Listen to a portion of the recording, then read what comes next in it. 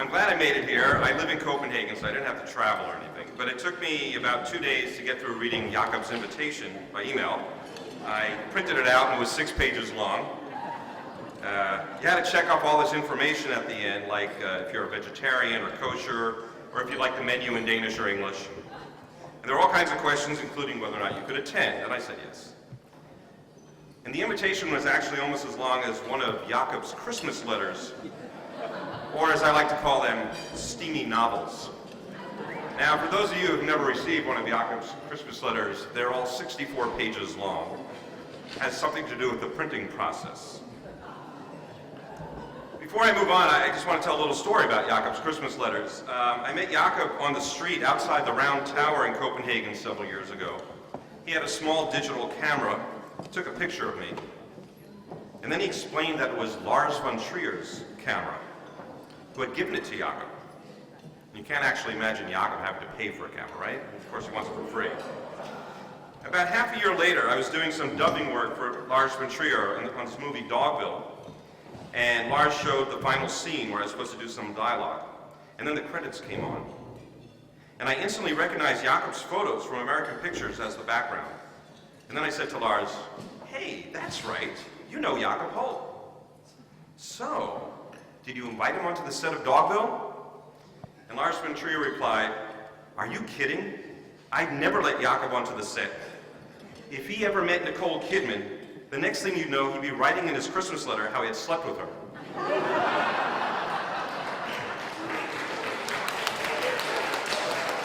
True story.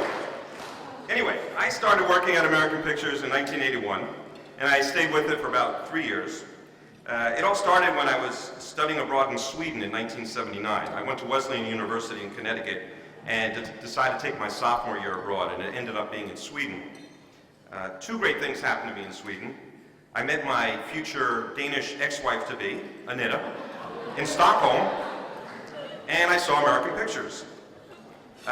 Tony, I think he's behind one of those pillars there. Tony was presenting the show in the fall of '79, and when I met him after the show, he said I was welcome to stop by the collective on Købmagergade in Copenhagen, which I did that Christmas on my way to hitchhiking to Paris. That was the first time I met Elizabeth, who's not here tonight. She was pregnant with Thomas at the time. There were some photos there earlier.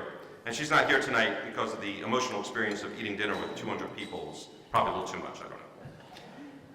The next time I stayed at the collective was the following summer, 1980, when I visited Anita. Now, I don't know if any of you have ever stayed at the collective back then, and you remember the sofa bed, but actually there were pictures of them, all the pictures of people sitting on a sofa. That's the sofa bed there I'm talking about. So it was in the living room. It was one of those IKEA models. It was just a bunch of foam rubber stitched together with some white or maybe grimy gray material that folded into each other. I believe IKEA called the model Kafka. Now, this was back in the days when Denmark had just one television channel. I remember sitting on the sofa in the collective in the early 80s watching Dallas, together with Vibeke, Elizabeth, and Anita. And halfway into watching JR swindle some guy out of a corporation, we were all half lying on the floor. That's how bad the sofa was. It naturally wanted to go into its flat out on the floor bed state. There was no way you could sit upright in it. Well, anyway, back to when I was passing through. This sofa bed played no uncertain role in my decision to come back to Denmark, as at some point around 2 in the morning after one of the shows, Annette and I spent the night together for the first time. And that's right out in the living room on that sofa bed. And that's how things were done back in the old days of the collective. So after Annette visited me back at Wesleyan, I dropped out of my junior year of college to move to Denmark, and I landed a job as a presenter of American Pictures. And I have to realize that I had a ponytail down to my waist back then, and I had these wire-frame glasses. I spoke fluent Swedish, which was a help on the road in the other Nordic countries. So I stopped by at the collective for dinner, got the once-over by Jacob, Vibeke, Tony, and Howie. They conferred, and apparently agreed that I was okay to present the show. So off I went, first time with Howie, to a show at a school north of Copenhagen. Now, I don't know if you all remember Arlo Guthrie's Alice's Restaurant, but American Pictures' car was an old red VW microbus with recorders, tapes, and implements of projection. It was an old beat-up thing, which I don't know, Jacob, I know that Jacob, you didn't pay too much money for, because Jacob doesn't like to pay too much money for anything. For those of you who don't know the Danes too well, people from Jutland are pretty stingy. They shift back and forth on their feet. They don't like to look at you in the eyes for fear that you'll steal some of their soul, if not their cash. It's very helpful for them to have a beard to stroke instead of standing there with their hands in their pockets protecting their money and house keys. Thus, Jacob's beard. Getting back to the VW microbus, being from New Jersey, all I knew how to drive was an automatic. But the microbus had a manual shift. So Howie said, "You drive." And I got in, and after a few lurches, we were on our way. And when we got to the highway, we got stuck behind a slow-moving Skoda. So I downshifted into second, stepped on the gas, pulled out, and passed the Skoda. You should have seen the expression on Howie's face. "Damn, you think you were a race car driver." It was one of the proudest moments in my life. A rite of passage. I had become a man. After learning how to drive a shift and present the show, I was sent on the road all around Denmark, as well as Sweden, Norway, and Finland.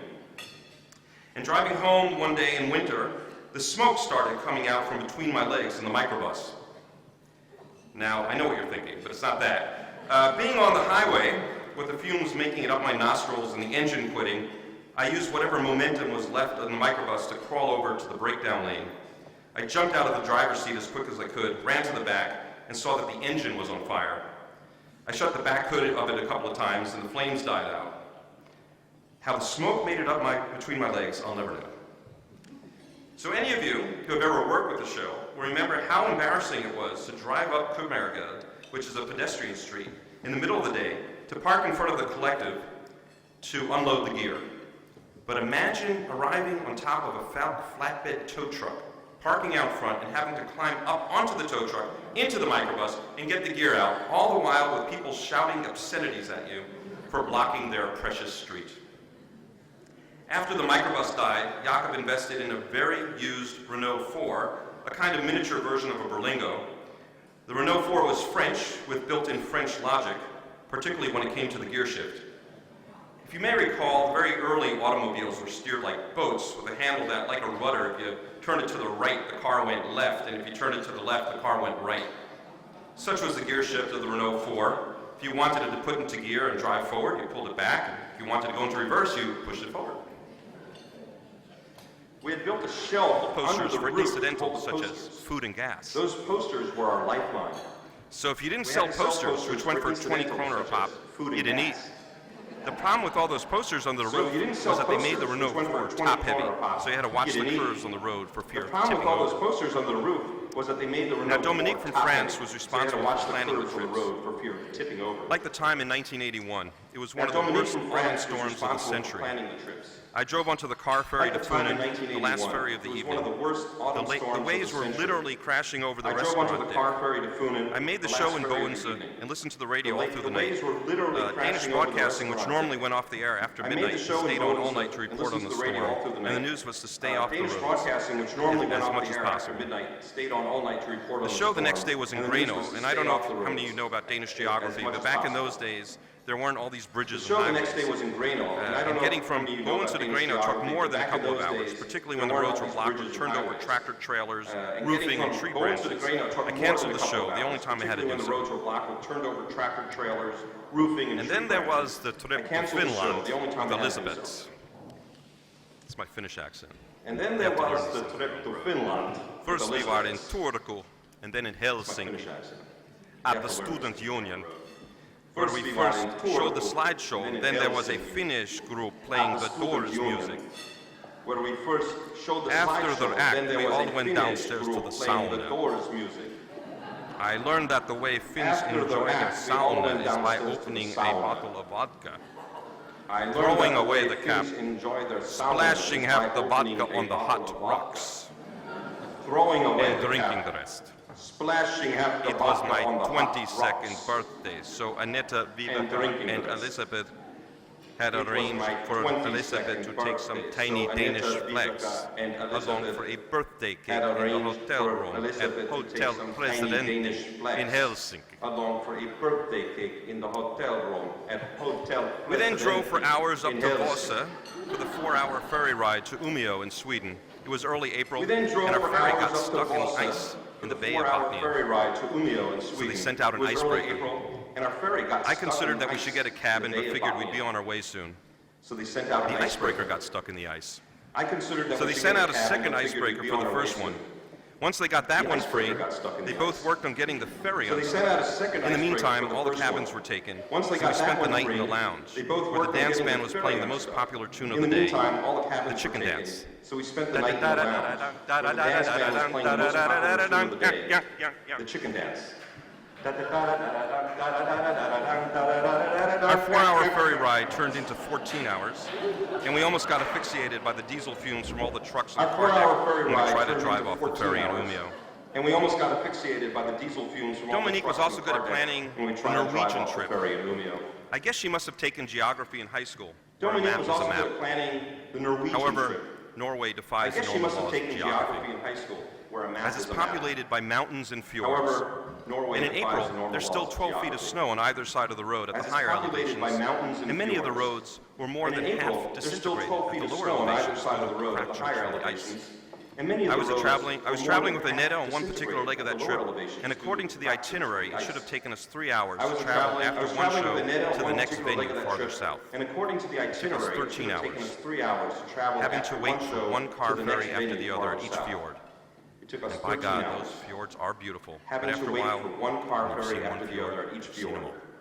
And by God, those fjords are beautiful. But after When a we while, finally arrived at our you've seen one destination, fjord. a small town, we were determined to check into the best hotel in town and have a When good we meal. finally arrived at But our all we got was a destination, a small bungalow that the town, owner of we the were determined closed to check camping into the ground best was hotel in gracious town enough to open and for us have a for the good night, meal. and a hot But dog all we stand got on the was a tiny main bungalow that street. the owner of the closed Such was camping the life ground of was being gracious on the enough to road. open for us for the night. And a There were hot also dog stand magical on the times tiny on the main road, street.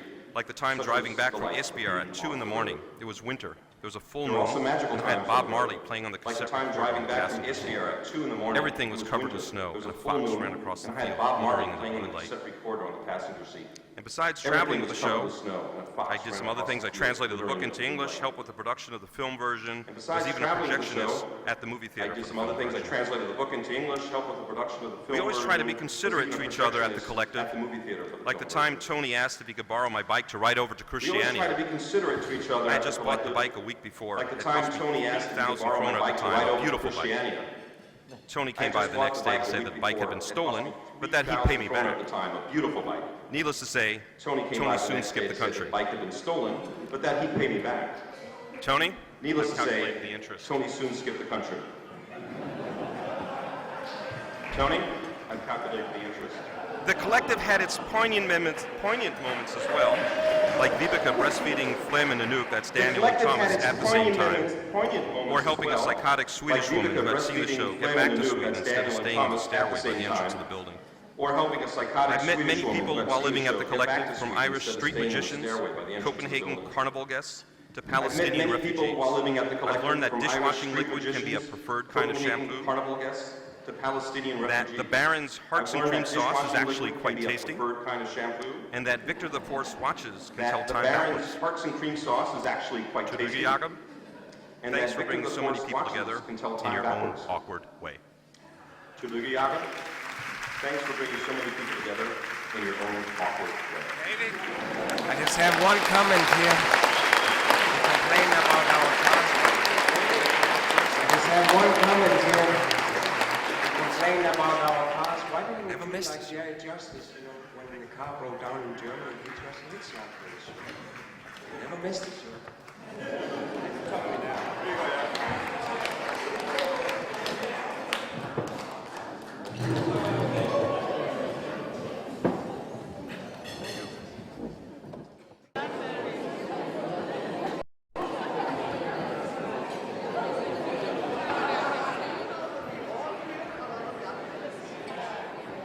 time back in school. I don't know other people who have so many friends from school still, and he still sends them his 68-page long Christmas letters, and we hear all about these friends from school. And here's one of them Marius Ibsen.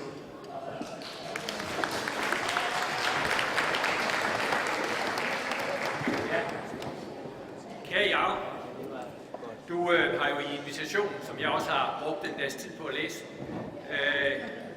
ønsket en gentagelse af vores barndomsfester med umådeligt lange taler og mange sange. Det skal du få. Du er selv begyndt. Altså det med sangen, det tager Jes sig af. Han deler en sang ud, som han har kopieret. Man skal kun synge den ene side, ikke den anden. Det kan vi så gøre bagefter. Og jeg har så fået lov til at være den, der taler. For du har jo faktisk talt til mig. Du har også skrevet om mig og sådan noget, og det er vel på tide at gøre gengæld. Ikke at tage hæv, det er der sådan set ikke anledning til, men i hvert fald at gøre gengæld, fordi vi er ved at nå den alder, hvor man skal huske at få sagt. Så jeg vil sådan set starte med at sige tak for 50 års venskab. Tak for dengang vi var unge, da vi fulgte sig i bussen til Esbjerg til skole. Det kan godt være, at jeg forsøgte at fastholde dig i skolen og sådan noget, men alligevel, vi havde da meget fornøjelse af det. Vi diskuterede også verdenssituationen i præstegården. Vi har igennem alle årene haft nogle intense diskussioner. Tak for det. Tak for din lange epistel fra Island for mange år siden, hvor der var tilføjet en sætning med vigtige noter om verdens fremtid. Så har du altid været en overbevisning om, at det du havde at fortælle, det var helt afgørende for verdens fremtid. Tak for dine julebreve, som jeg plejer at nå igen. Selvom jeg godt indimellem kan have trang til at sige det, som en dirigent sagde ved en generalforsamling. Jeg gør talerne opmærksom på, at der også er mulighed for korte indlæg. Tak for din omsorg, der viser sig i sådan nogle små ting, som at du lånte os din bil, da vi gerne ville til USA, og du tog dig pænt af vores Martin, da han var på high school i det store land. Tak for de forbindelser, vi har haft, og også for den stilfærdige konkurrence på maratonområdet. Og så er det, jeg skal sige, at jeg egentlig altid har beundret dig. Og sådan set også misundt dig en lille smule. Det begyndte sådan set med derhjemme i Forborg i landsbyen, med at du var præstens søn. Det var faktisk noget dengang, det tror man ikke i dag, det var det. Og jeg var bare sådan en almindelig bondeknold. Og så var der det, at i skolen, der kunne du så forfærdeligt meget mere, end jeg kunne. Det kan godt være, at jeg fik bedre karakterer. Det var, fordi jeg læste på lektier. Du kunne så meget andet end det med lektierne. Du kunne tegne. Du havde allerede dengang et blik for sære eksistenser og mærkelige vinkler, som har gjort dig til sådan en god fotograf. Faktisk begyndte din fotografkarriere med, at du smalfilmede med blandt andet vores heroisk berømte tur til Tyskland, som jeg jo ikke skal komme ind på. Du var meget bedre til atletik, ikke mindst til højdespring. Du kunne faktisk også dengang spille klaver. Det er længe siden, det kunne. Så havde du et suverænt komisk talent, som især gik ud over vores stakkels lærere i skolen. Du var altså en mangesidig person, du kunne så meget, og det der med lektierne måske så ikke lige var det, der stod først på listen, det betød faktisk ikke noget. Og så skal det siges, at du så fantastisk godt ud dengang.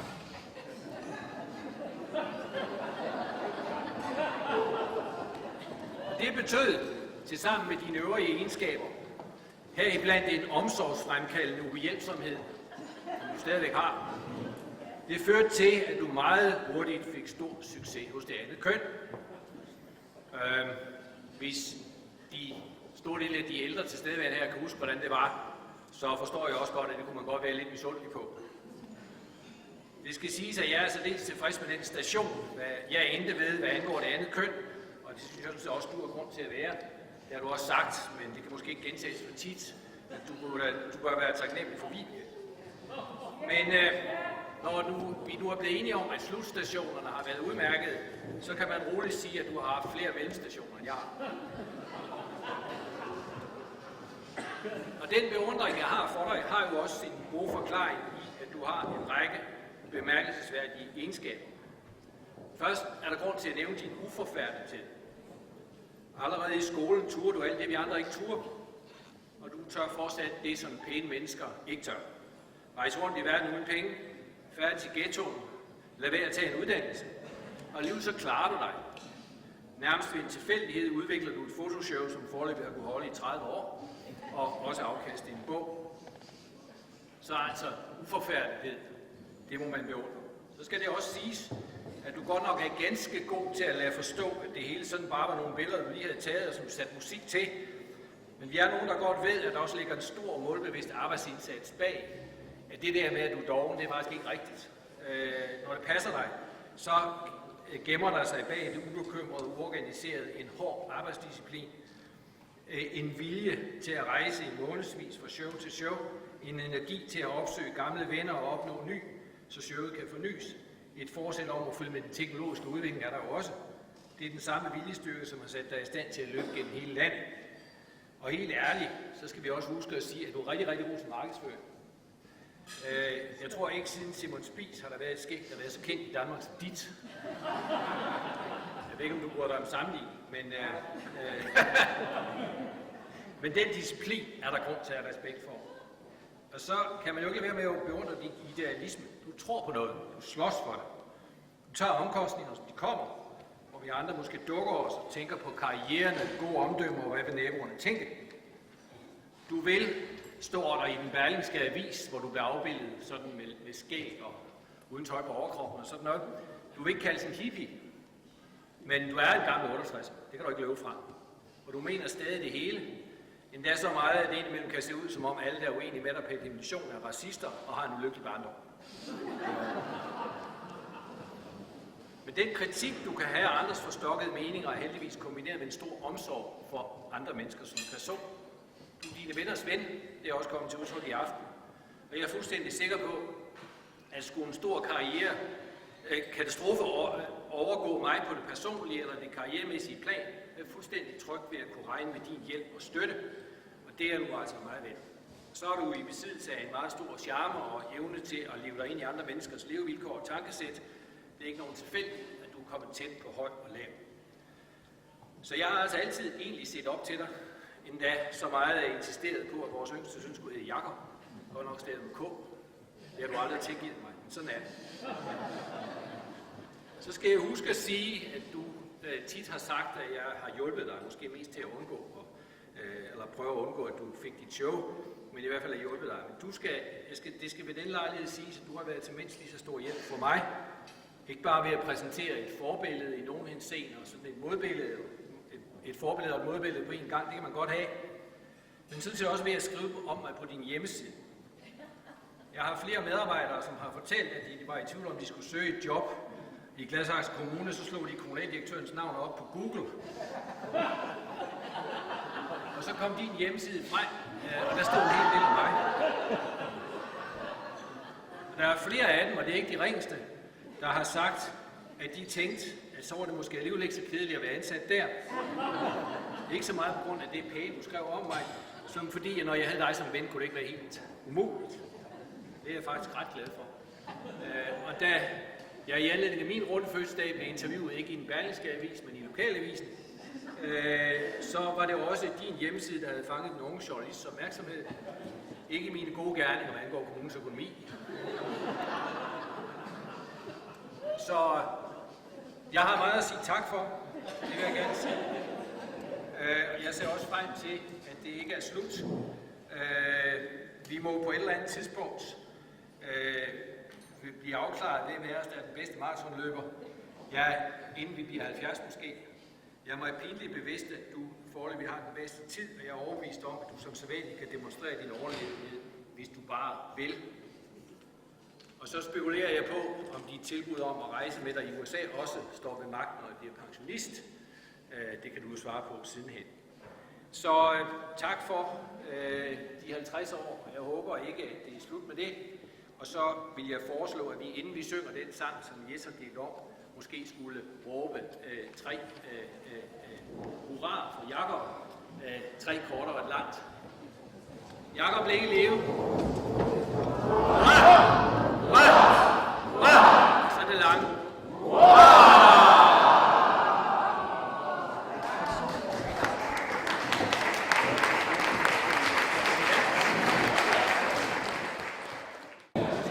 Har I styr på forsanger og sådan noget? Okay.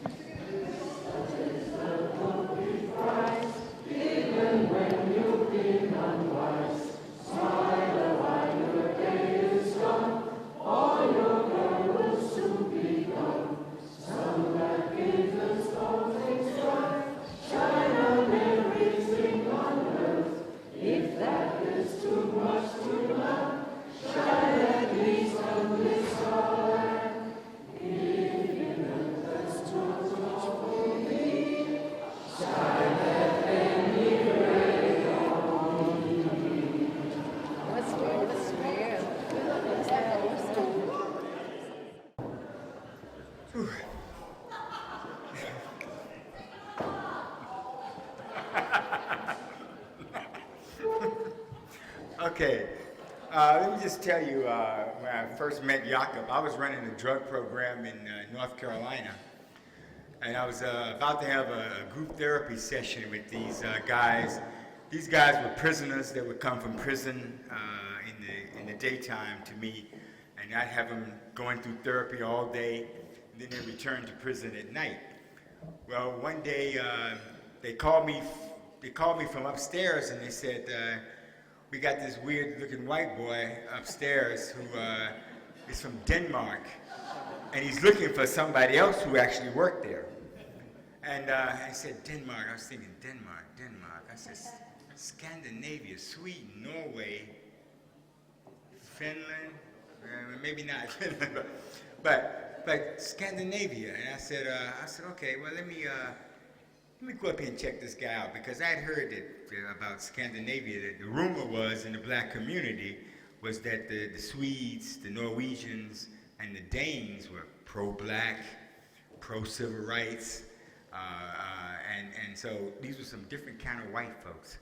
So let me go up here and just check him out. So I went up there, and of course he had the beard, he had some book of pictures where he was sitting around with beggars and drunks and junkies and the Paps and the Rockefellers, and he had these pictures of these folks, and it was pretty fascinating. So I said, well, look, why don't you just come down here and talk to my clients? Well, my clients we were having a lot of problems between the black folks and the white folks at the institution. They had never met a white person that impressed them, ever.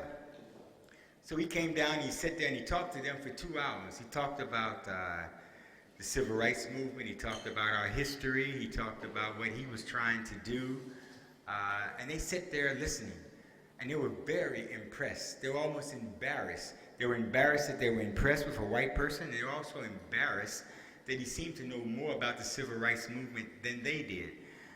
But at the end of this 2-hour talk, they got up, the prison bus was there, it was time to go back to prison. They got up, they walked out, they didn't say thank you, they didn't say anything. They just left. But for the next 3 weeks, all they talked about was the white boy who looked like Jesus Christ. Yeah. And it did a lot for race relations in our agency. It really helped out. So I invited him home. He would come home, and at that time, Jacob had a survival mentality. My father had a restaurant bar, and so we set it up where if Jacob was in town, or if he was nearby and he needed food, he could come to my father's bar and he could eat for free and could drink beer for free. But what we didn't know that Jacob would come and he would eat 3 dinners in a row. And just keep eating and just kept eating and just kept eating. And my grandma said, where'd you get this white boy from? But Jacob had no clue where the next food was coming from. He was selling blood to get money for his film and stuff. It was pretty wild. But little did I know that Jacob was about to change my life. I had never had a white person in my house. I didn't allow white people in my house up to that point. I took Jacob to a party. It was all black folks. In fact, we were all in college. And throughout that party, everybody kept coming up to me saying, hey, tell me, come over here, let me talk to you. And I would have to walk over there and say, who's the white boy? And what you bring him here for? And so I was sitting there defending a white person to my black friends. But we continued the relationship. He would leave his things at my house. He would hitchhike out. Sometimes he'd be gone 3 days. Sometimes he'd be gone 3 months. Sometimes 9 months. Sometimes he'd show up in a Rolls Royce, driving it from New York to Miami for some rich person. And one day I was going to Miami to a conference. I was driving to Miami. Jacob happened to show up. Jacob said, okay, I'm going to hitchhike to Miami, starting at the same time that I drive to Miami. I said, you can't beat me to Miami. So I took off from Miami down the highway. The highway is right beside my house. Anyway, we get to Miami, Jacob shows up. Hey, he's already there. I couldn't believe it. I just couldn't believe it. But Jacob, he gave me some experiences and some opportunities. I went to Sweden to show the show. My first time in Sweden, my first time in Christiania. I went to Christiania just before going to Sweden's. I never had hash before in my life. I bought some hash. I put it in a little roll your own tobacco pack. Plastic goes every time you touch it. And I said, and I didn't have time to go to catch the ferry without and get the hash back to Kumagel to leave it there for safekeeping. So I said, okay, I'll just put the hash in the cigarette pack. I'll put the cigarette pack in my sock. I'll put my shoe on, and I'll just go on through the Swedish border. I go through the Swedish border, and I forgot that we had the posters in the back, and we had declared them the last time someone had gone into Sweden. So they thought I was smuggling. They saw the custom toll on the posters. The man blew the whistle. All the Swedish border guards came running up, and I was a smuggler. I had to strip. So I started stripping down now. I'm stripping everything down. I'm down to nothing now but my socks and my shoes. With the hash in my sock. so they said, take off your shoes. I take off my shoes. I hand them to them. I'm sitting there. I'm trying to keep from shaking. They look at him and say, okay, take off your socks. I said, oh man, come on, please, really. You know? They said, all right. So I put my shoes back on. I put my shoes back on because I just had to get them shoes back on because every time I made a move in my socks, it was just go shh. You know? So I got my socks back, I got my shoes back on, but I really couldn't put my tight pants on with my shoes on. But I wasn't taking my shoes off. So I'm on the floor, on my back, just trying to get these pants on. And these Swedish guards are looking at me with their mouths wide open. They say, I look crazy. But I got those pants on. I don't know how, but I got those pants on. You know, I paid 600 kroner or something, and they let me go on. Right? But then, okay, I'm feeling more and more like a revolutionary associated with Jacob. So I see Yasser Arafat. He's on TV. He's having an interview, and he has this Palestinian gorilla scarf. It's black and white, and it's wrapped around, and he just looks so fierce. And I said, wow, I want one of them. So I put it on, and I'm going to America for the first time since having left, coming to Denmark. I go to a party in North Carolina, where I was from, and I got the gorilla scarf on. I live in Europe. I'm feeling good. I got money in my pocket. I got some hash. And I'm in the bathroom. I'm getting ready to leave the party, and I go in the mirror, and I'm sitting in the mirror, and I'm trying to hook up the Palestinian gorilla scarf, and I got it wrapped, and I'm sorry, that's not good enough. And then I'm trying to get this scarf right. And then two women didn't know I was in the bathroom. They were in the bedroom, and they were saying, yeah, what's up with the cute guy? Why does he wear that baby bib? And it just blew me out of the water. So,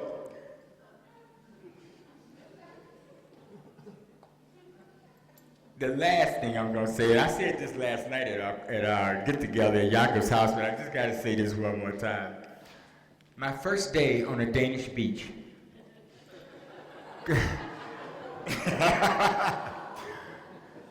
You know, Jacob said, let's go to the beach. I'd been here 7 days. You know, now I had walked through the King's Garden, and I saw 500 naked women, you know, out there, and that was shocking. And I walked through, I didn't look at one woman. I walked through the whole garden. I was trying to act like I was used to this. I looked at nobody, you know. But, so we're going to this Danish beach up north. And as we get closer to the beach, all the Danes, Jacob, Viveka, everybody was close to me. They were just, clothes were just going up in the air. I mean, I said, oh my God. Am I prepared to be naked today in public? I've never done this before. You know? So now all the dames they're buck naked. They're running off into the water. I'm standing there fully clothed, looking unhealthy. You know, I said, well, I want to look like I'm healthy with my body and my sexuality, so I gotta get naked. You know? So I take off, I'm just getting off my clothes, and then I'm down to nothing but my underwear. And so as I grabbed the sides of my underwear and I started to go down, every dame on that beach went.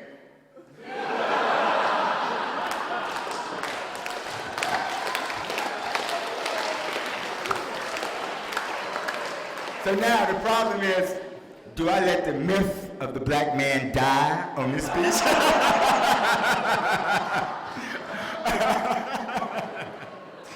So down with my underwear I went, and off to the water I went running, right? What I didn't realize is that this was the North Sea.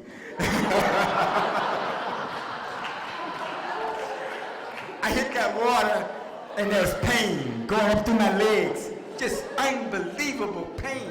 The water was so cold, it was hurting.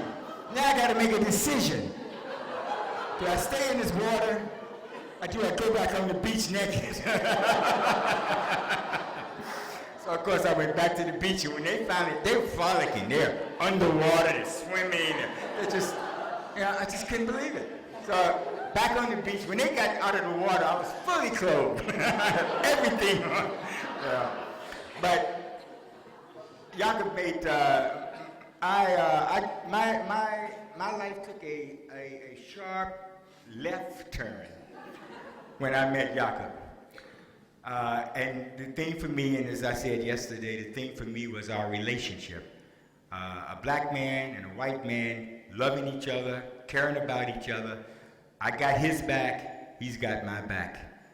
And it was just so much fun. I cannot tell you how much fun it was. I can tell you too that this trip has been so much fun.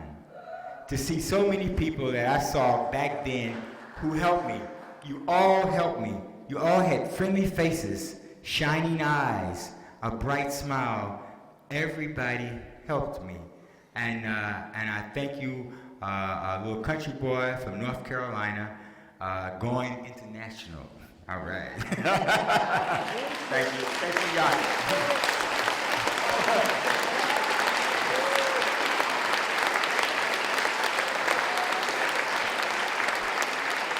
You understand now why I traveled with this guy for 25 years?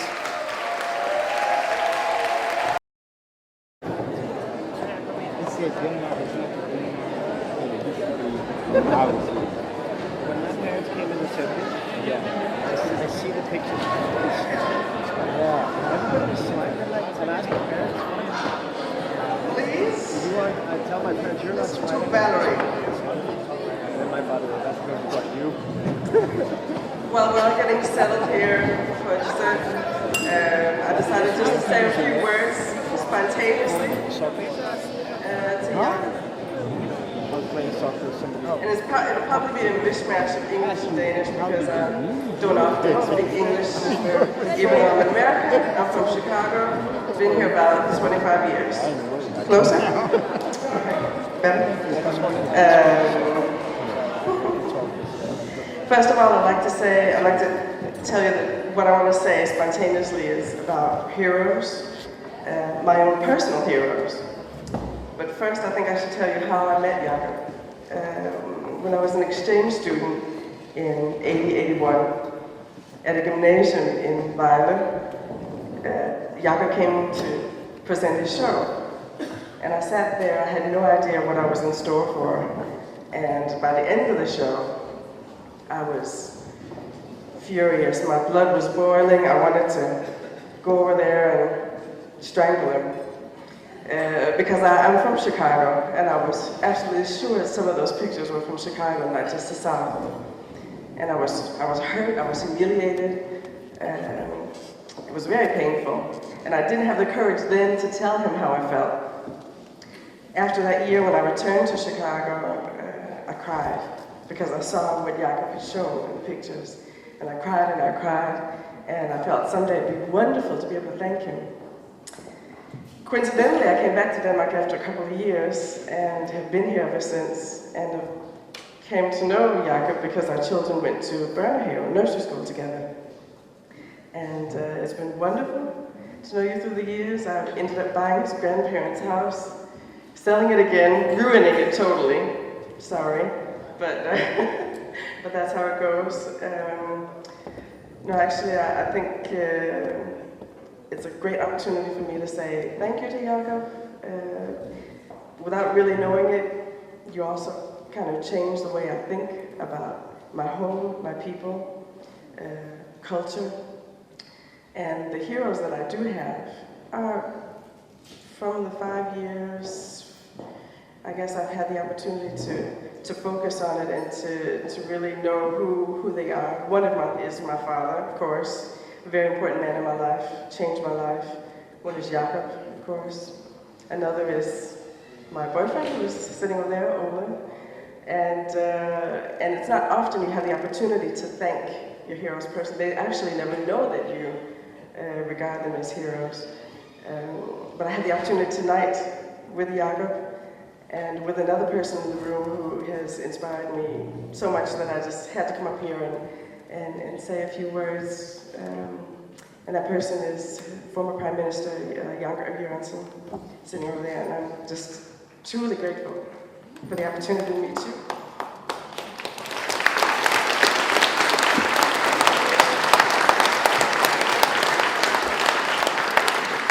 The last person that I met, and it's coincidentally on Krumagade, a huge person, was Nelson Mandela.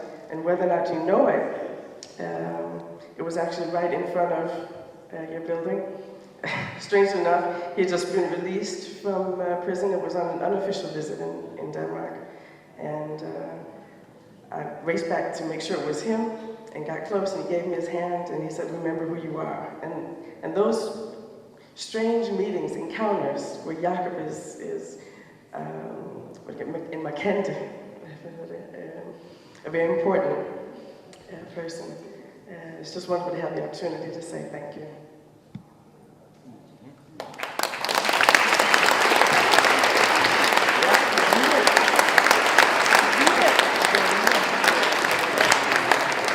Oh yeah, I forgot to say I'm affiliated with Centropa, and I'll be doing a film soon with Jon Bang Carlsen and Anders Raffen. And I would love for anyone who hasn't seen Jacob's show for a long time to join us in Dollar Bio on the 30th. It'll be a pleasure. So you're all welcome.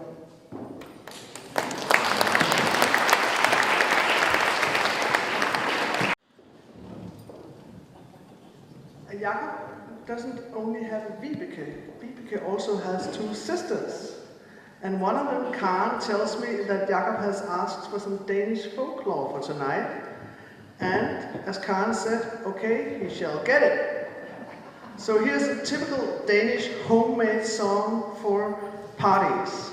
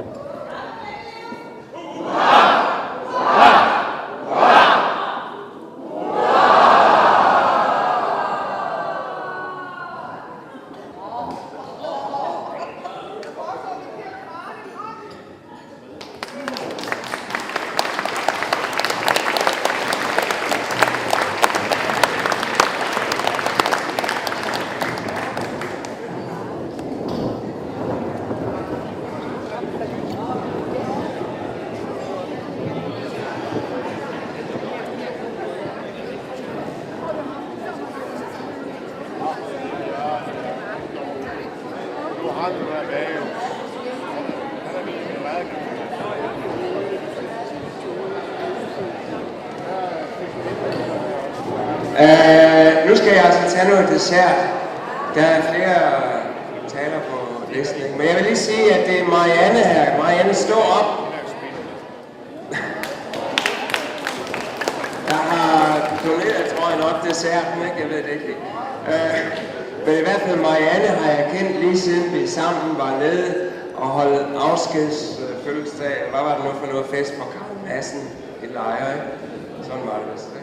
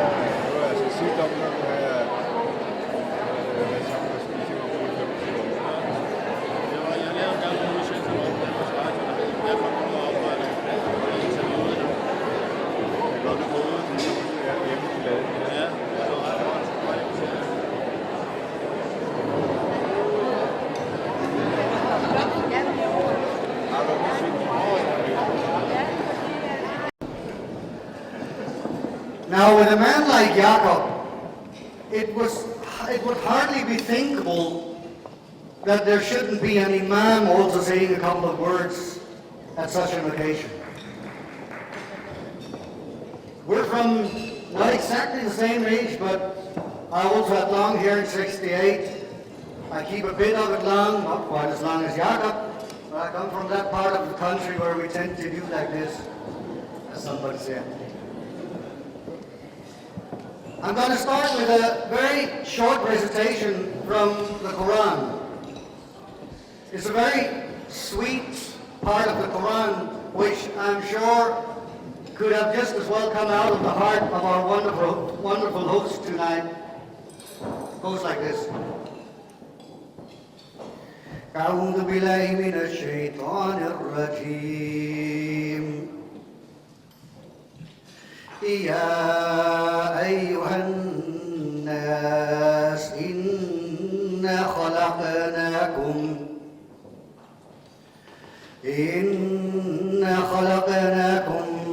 من ذكر وأنثى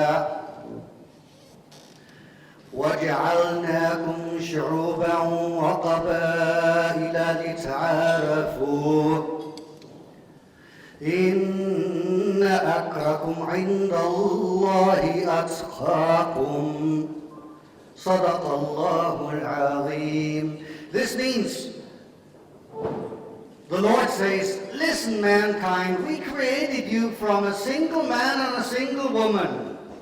And we made you into people and tribes and nations so you can learn from each other. And the best one is the most pious. Now the Lord doesn't say the best one is the tallest, the best one is black, the best one is white, the best one is rich, the best one is poor, the best one is man, the best one is woman. All these we could have measured. No, he says the best one is the pious, the most pious one. And this is something we can't measure, so the other one is always better because we always know our own shortcomings. Jacob, I'm sure this is what you've been living by, and I'm sure this is what we all see in you. You recognize the person in front of you for the good which is in that person, and that's what made you loved all over the world. And now, how could I leave the stage without issuing a fatwa? I mean, this is what we imams tend to do, you know. We issue fatwas. So I'm going to issue a fatwa. The fatwa goes that it should be obligatory for everybody to come to your 60 years birthday. Congratulations.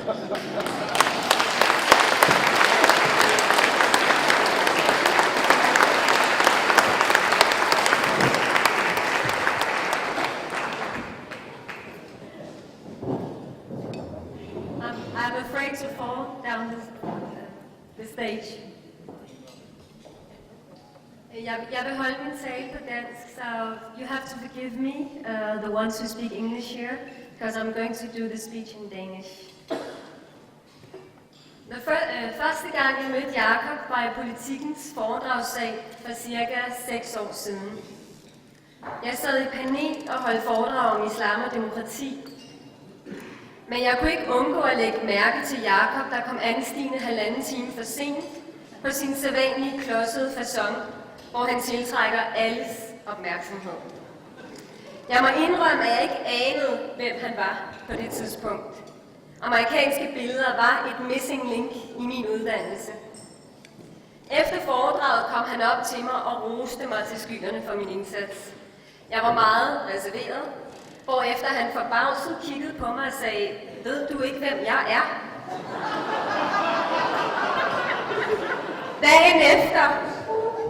Dagen efter tidlig morgen fik jeg en 15 sider lang mail. Jeg læste den op for hele min familie meget, meget stolt, og jeg følte mig meget speciel. Indtil jeg opdagede, at Jacob skriver meget lange mails til alle, han møder på sin vej. Faktisk så kan han ikke fatte sig i korthed. Og dette blev begyndelsen på et venskab og et professionelt samarbejde, som stadig eksisterer i dag. Et samarbejde, som Jacob døbte Skønheden af udyret på vores turné med foredrag om racisme og islam.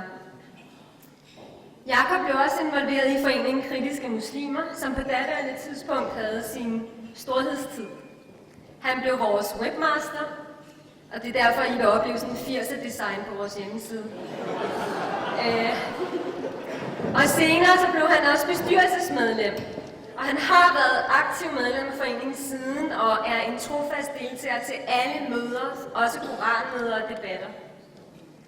I en tid med fremmedangst og islamofobi har Jacobs blotte tilstedeværelse i foreningen og hans mange artikler om islams forenighed med demokrati bidrager til forståelse og forsoning. Men han har også givet anledning til kaos og rammeskrig. Som da en muslimsk søster ringede til mig og chokeret spurgte, om det var den samme Jacob Holdt, der var medlem af kritiske muslimer, som poserede nøgen med sin familie på et billede fra 70'erne på en af hans mange hjemmesider. Jeg svarede hende, at der naturligvis var tale om en helt anden Jacob Holdt. Der opstod hurtige rygter om, at Jacob var konverteret til islam. For hvad lavede en præstesøn i en muslimsk forening? Men at være solidarisk er for Jacob at blive et med sin næste. Og denne form for sammensmeltning eller villighed til en dybere og mere nuanceret forståelse for det, som er anderledes, er en meget sjælden bevægelse, som kun få tør foretage. Jacob har for alvor styrket min tro på den levede næstekærlighed. For hvem er vores næste i en verden, hvor solidariteten begrænser sig til den nærmeste familie?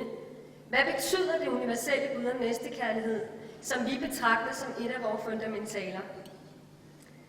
Kigger man på Jacob, så er der ingen tvivl om, at næstekærlighed er forbundet med evnen til at bekymre sig oprigtigt om folk, der befinder sig langt fra en selv. Generøsitet er ikke determineret af blodets bånd eller landegrænser. Kærlighed til familien og den udvalgte elskede er ikke et udtryk for næstekærlighed, men med Kierkegaards ord prioriteret kærlighed og blot en avanceret form for selvkærlighed. Næstekærlighed derimod er uselvisk og upartisk og indbefatter din ultimative modsætning, den der er langt fra dig, den fremmede. Meningen er altså ikke, at vi skal omfavne og rumme alle verdens kriser, som man rummer sin elskede, men at elske folk sådan, som de viser sig for os, og ikke sådan, som vi ønsker at se dem. Og jeg må være helt ærlig at sige, at Jacob er det eneste menneske, jeg har mødt på min vej, som har haft overskud til at være betingelsesløst åben og rummelig, som har modtaget folk således, som de viser sig for ham. Og nu har Jacob, han siger altid til mig, Shirin, kan du ikke være lidt mindre højtidlig? Eller selvhøjtidlig, eller hvad det er, han siger. Jeg har virkelig prøvet at være det i den her tale. Men Jacob, for mig, så er du inkarnationen af den levede, manifesterede næstekærlighed. For næstekærlighed refererer til pligten til at finde alle mennesker værdifulde. Værdige til at blive æret, elsket, værdsat og beskyttet. Jacob har ofte i al åbenhed betvivlet sin egen oprigtighed og sine motiver, men hans handlinger taler sit eget sprog. Da en af mine muslimske brødre for en måned siden pludselig stod uden hjem, familie, arbejde og havde mistet sin kommende hustru, ringede jeg forgæves rundt til alle brødre, jeg kendte, for at høre, om de kunne huse min bror. Men forgæves. Det blev Jacob, der sagde ja, midt i stress og forberedelserne til en kæmpe udstilling og en 60-årig fødselsdag. Bring ham til mig, sagde han uden at tøve. Hans eneste forbehold var dog, at han lige måtte spørge Vibeke. Hvor mange omkring disse borde har gjort det samme, vil lukke en fremmed ind i sit hjem uden tøven, og andre pragmatiske eller hensyn til andre pragmatiske eller smålige forbehold. Jakobs frihed, skønhed og uddommelighed består i hans generøsitet ganske enkelt. Den, der giver og elsker, forbliver ung og uimodståelig. Og det er netop det, du er, kære Jacob. Lys, uimodståelig og let. Ikke på tog, men af sind. Tak for det.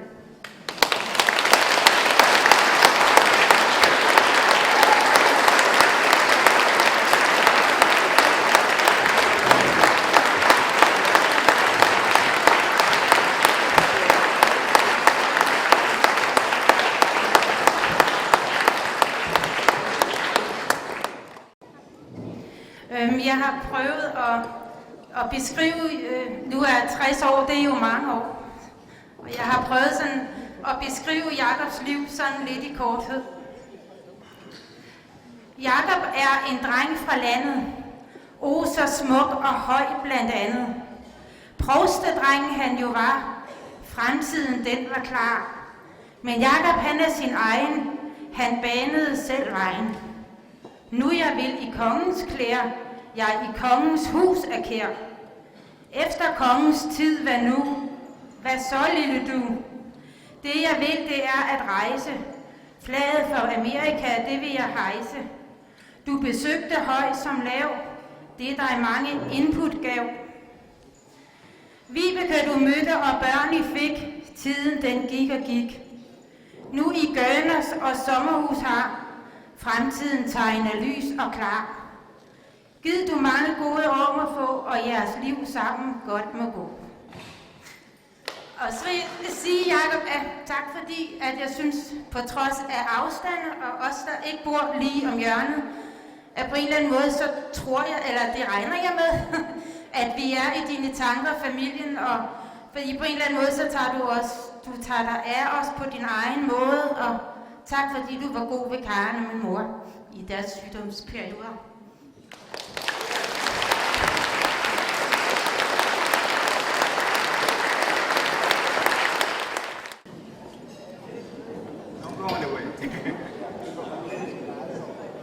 Now,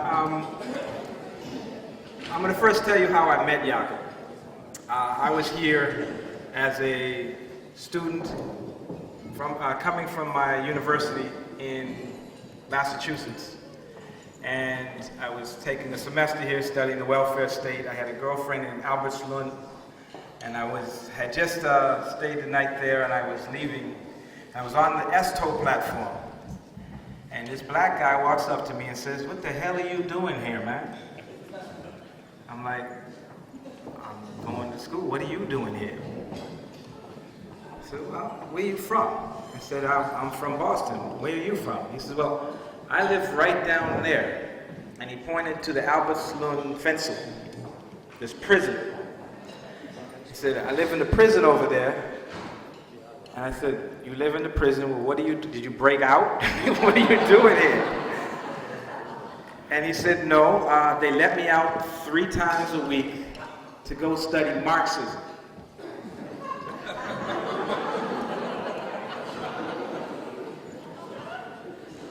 You did a crime, they put you in jail, and now they send you to school to study Marxism. I said, "Yeah, that's right." I said, "Well, what did you do?" He said, "Well, I killed somebody." Now, had I been in the United States, that would have been the end of the discussion. But we kept talking on our ride in, and then we said goodbye and left. And then about a week later, I see him again. His name was Harp, and some of you may remember him. And Harp says, "Come on, you gotta come check out this guy, Jacob Holdt. He's a real important guy." He didn't tell me anything about what was going on up there. So I go with Hart, I walk in, Jacob's there, we sit down, he puts his book in front of me, doesn't say a word, says, "This is my book." And I proceed to look at all these pictures, can't read a word of Danish, and I'm pissed. I'm like, what the fuck is this? And he starts talking about what his philosophy and this, that, and that. And we argued for 3 hours. Yeah, this is true. But we argued for 3 hours about what the book was about and the approach. And he said, "Come and see the show. You just have to come and see the show." And so I came to see the show. He made me pay. I want that back. I came to see the show, and again, I couldn't understand the Danish, but the music really kind of came into me. And then the people's reactions afterward were astonishing. And so I came up there a lot, and then I left and went back to the United States, and then I got a letter out of the blue from Jacob saying, "We'd like you to come back and work with American Pictures." So I decided rather than finish college, I would come back to Denmark. So sitting down with my parents, I had to have this conversation about why I was coming back to Denmark. And I don't know how many of you have had this dilemma. How do you explain what it is about Jacob that makes you want to work with him, be with him, all of that. Well, I had to explain that to my parents, and I sat down and I said, well, you have to understand, the project's incredible, it's dealing with racism, and they said, yeah, but you can work on racism here. And I said, well, but who is this guy? He got long hair, he got a braided beard, he looks like a freak. I said, that's it, he's a freak. That's exactly it. Jacob is a freak. You have to understand, he's a freak of nature, he's a freak. He's just a freak, but he's our freak, right? And, you know, I started kind of looking at what he was talking about, and I talked to my parents about it, and they finally said, okay, just go. And I came over, I arrived at Kumaya, and I had no idea what I had signed up for. I thought I was going to come, they'd give me a room, and I'd be in a nice collective. Everybody had a room, I had the office. Which meant I could run the show 24 hours a day, which I did. And still didn't get paid. But you come and talk with Jacob, and he talks about this philosophy of being with people and never saying no, and you read about it, and you say, okay, that's interesting. But you're like, nobody can really do that. And I remember I went on a tour to Sweden.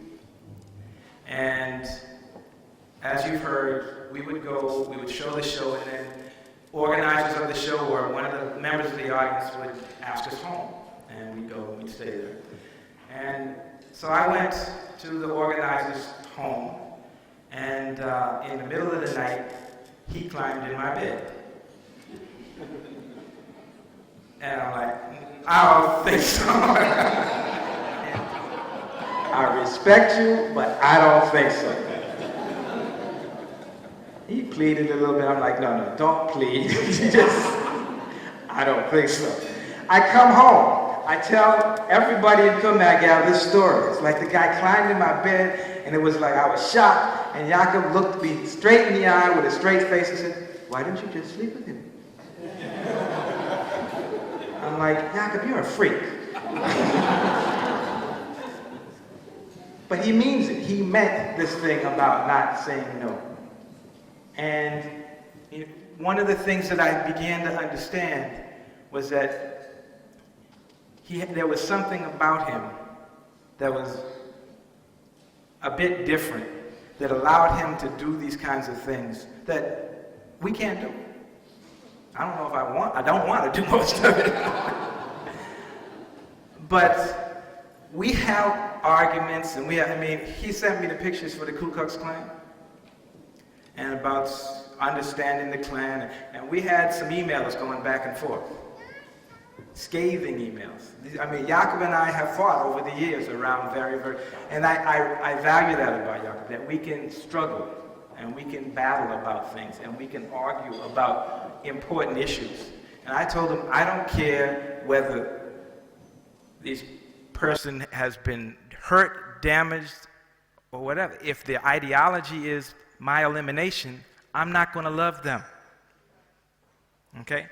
That's where I am. I couldn't go where he is. Now, part of it is that he's coming from a position of privilege, and so he can do that. But he understood that, and we had intense discussions, and I really valued those. So over the years, I've tried to explain what it is about Jacob to different people, and it's not possible. It really is. There's something about you, man. It's just something about you that's really different, and we love you for it. And I have to say that on this trip, I've grown to love you even more, and it's around the work you're doing here.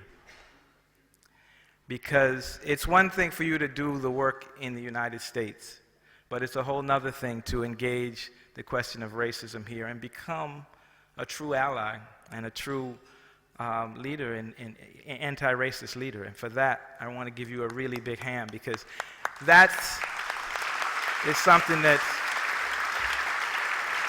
I think will be a far more important, that'll be a far more important legacy than American Pictures. is the work you do here. And looking around this room will tell you everything you need to know about Jacob Holdt in terms of who's here, in terms of who we are, what we do, how we are together. It's that strange thing about you that I can't figure out how to explain that's brought us all together and that has helped to craft some of the most powerful messages about racism and anti-racism that I've ever seen, and I've seen a lot in the United States. And so, as a brother, I love you, and I figured it out, I think now. You are the brother from another planet. That's the only explanation.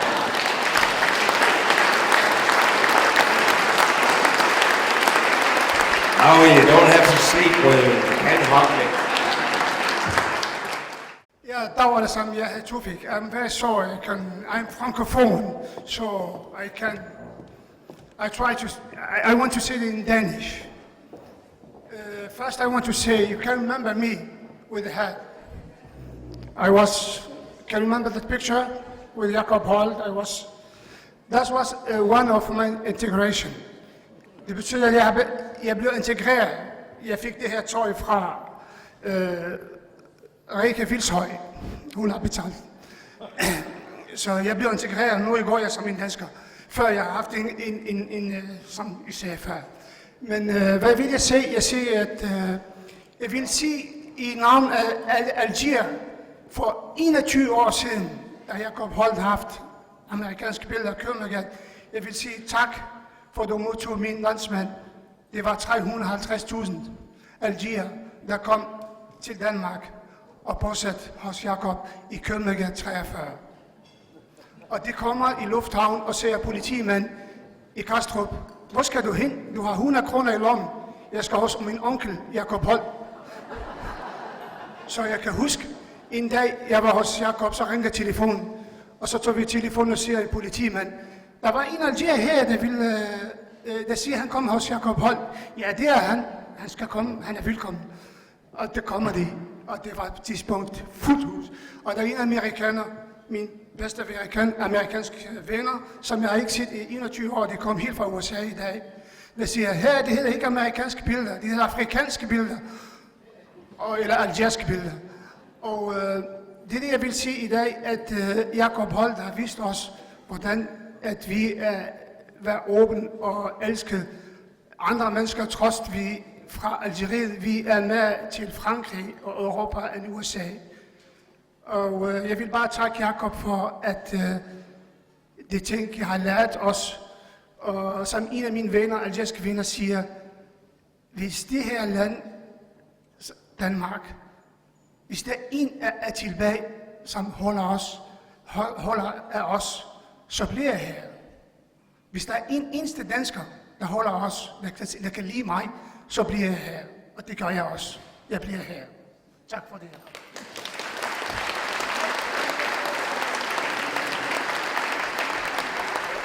Jeg vil samtidig sige, I Algier lærte mig så meget om smerte.